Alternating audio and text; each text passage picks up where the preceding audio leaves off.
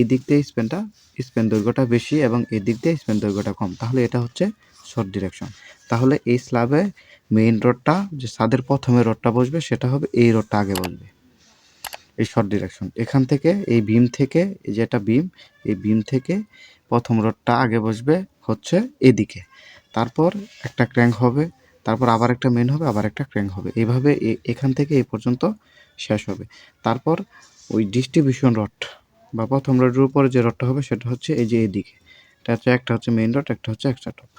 আবার এখান থেকে 1 হচ্ছে এই যে সিঙ্গেল এক্সট্রা টপ হবে, এখান থেকে 2 হচ্ছে 2 মানে এই যে আমরা দেখিয়ে দিয়েছি দুইটা 10 mm এক্সট্রা টপ হবে ক্র্যাঙ্ক রডের ভিতরে। এই যে ক্র্যাঙ্ক রডটা যে হবে সেটার দৈর্ঘ্য হচ্ছে 3 ফিট 9 ইঞ্চি, মানে এখান থেকে এই যে এই পর্যন্ত হচ্ছে 3 ফিট আর এখান থেকে হচ্ছে 9 ফিট, মানে 9 ইঞ্চি, মানে এই ক্র্যাঙ্কের ভ্যান্ট থেকে এ পর্যন্ত 9 ইঞ্চি বাড়তি থাকবে, 9 ইঞ্চি বাড়তি থাকতে হবে এই যে এই রডটা। আর এখান থেকে ওই একইভাবে দিয়ে দিচ্ছে 3 ফিট 9 ইঞ্চি, এতটুকু বাড়তি থাকতে হবে।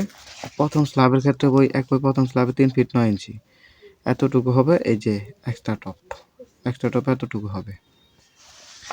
আচ্ছা, তারপর চলে